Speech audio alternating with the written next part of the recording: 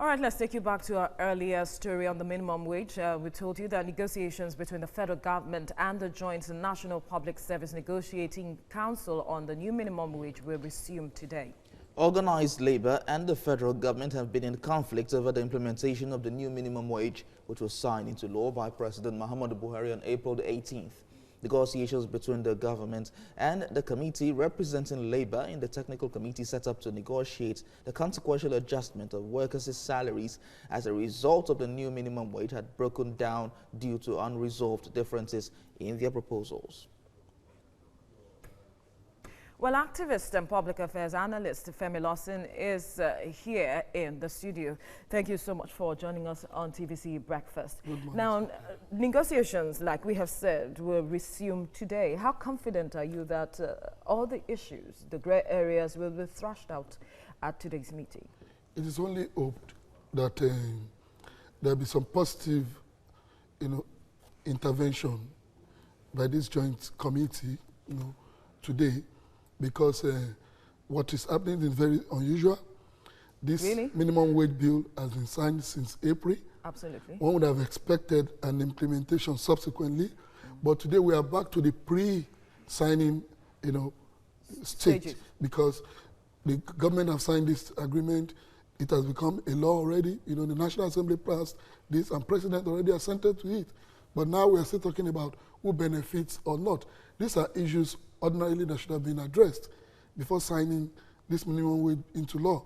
And with the former Minister of Labour, Dr. Chris Ngige, coming back again as the Minister of Labour, I think it's important that the labour movement in Nigeria harmonizes its differences with the minister, because there are a lot of differences, even leading to the labour union taking protest to the residents of the minister, if you recall. Yeah. So I think we must look beyond what is going to be on the table today to the relationship between the labour movement and the Minister of Labour, which was one of the reasons why I think the federal government was not properly advised before signing the agreement. Not properly advised? Yes. Break that down, please.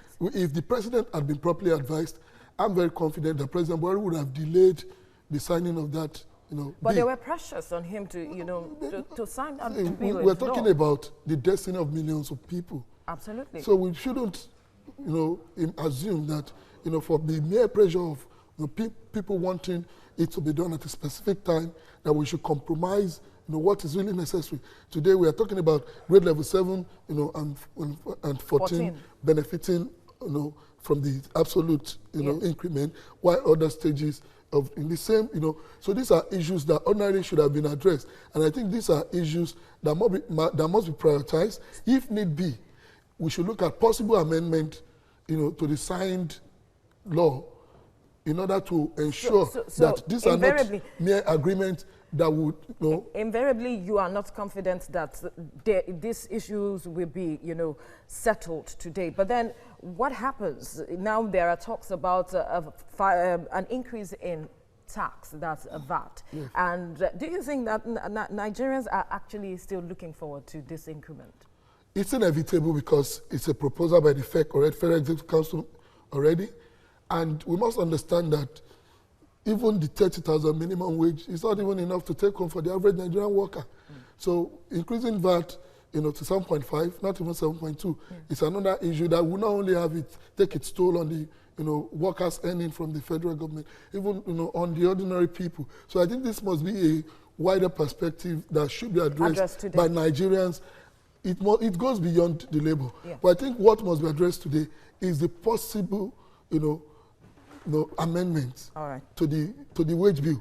Because if tomorrow we've seen agreements signed in this country for years now, the academic staff union of universities have been going to table meetings because so we must look at agreement that will be reached that will lead to an amendment. So it will be statutory. Okay. So that somebody does not come tomorrow and make a U-turn. All right. At this meeting today, do you think that labor's demand will impede negotiations today?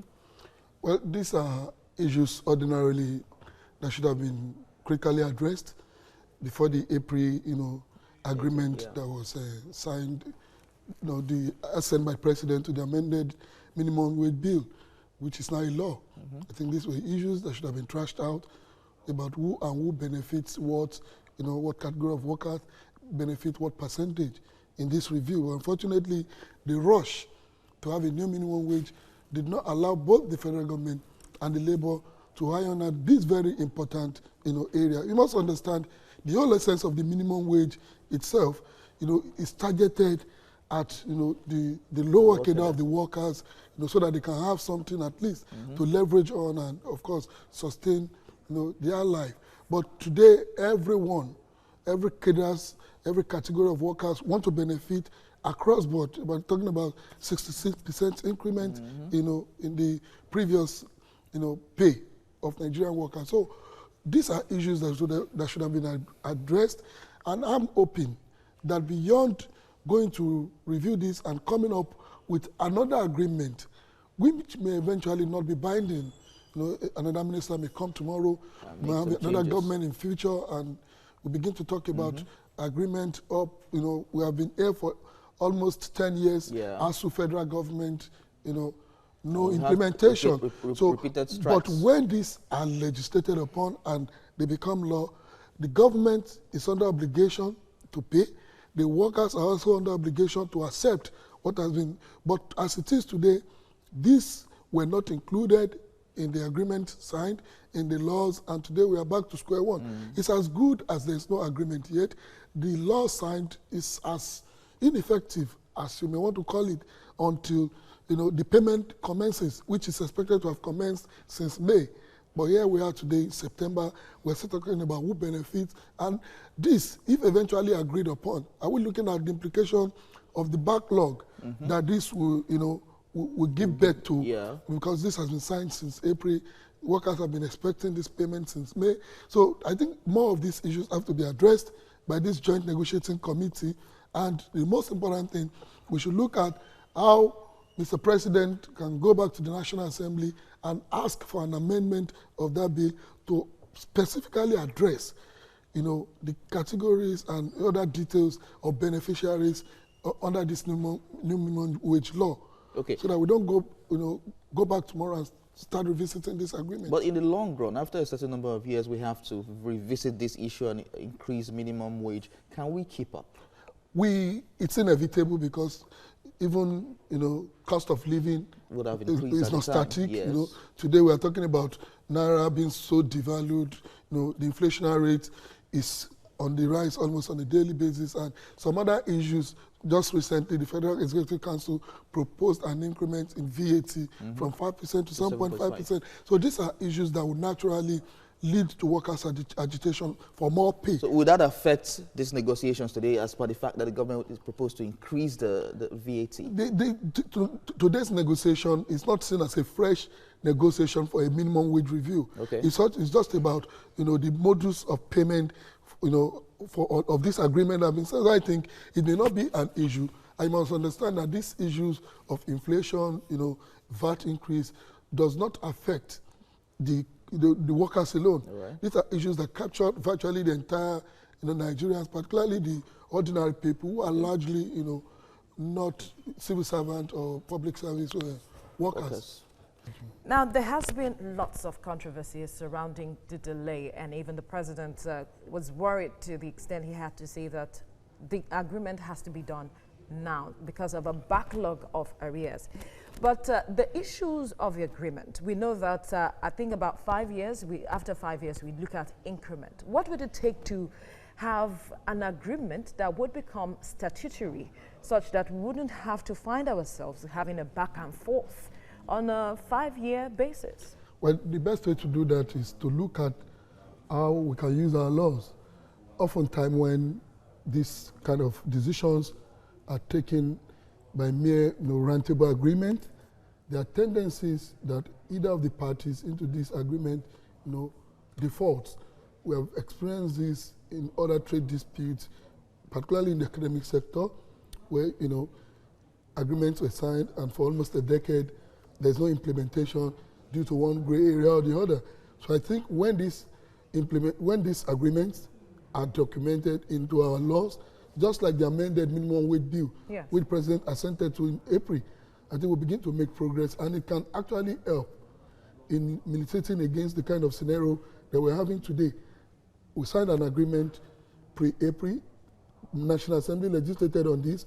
The president assented to this over 4 months ago. And today we are yet to begin implementation. And today we are still going back to table to discuss who should get paid and who should not. But how much of a guarantee is this? You know how it is when it comes to issues of signing agreements. You see, one way or the other, people who are at the forefront will always find one gray area or the other.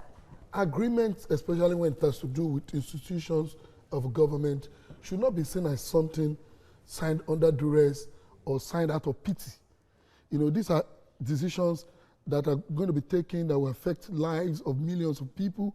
So you must be very critical, you must be very analytical, and you must really think deep before, you know, arriving at conclusions. Because why we are going back to renegotiating this agreement today is because some people feel, oh no, we should just move ahead, the president should just sign this, not addressing the core issues that are uprising now. So I think in future, the government must understand that in signing agreement, and the labor movement must also understand that even though we understand the need for increments, especially to the lower cadre of the civil service, yes, you know, and the public service, I think we must look at the overall implication and the capacity of even government to honor some of these agreements. What are the implications? The implications are that today, if these are not well discussed today, not all categories of workers will benefit from this so-called, you know, increase. And you know, even the 30,000 naira itself is not enough to take home.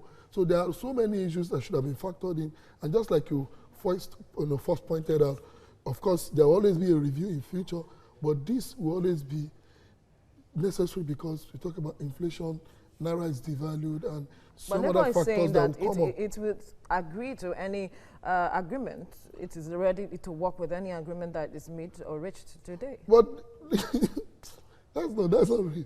Because even the agreement that we're discussing today were agreements signed by Labour and the government.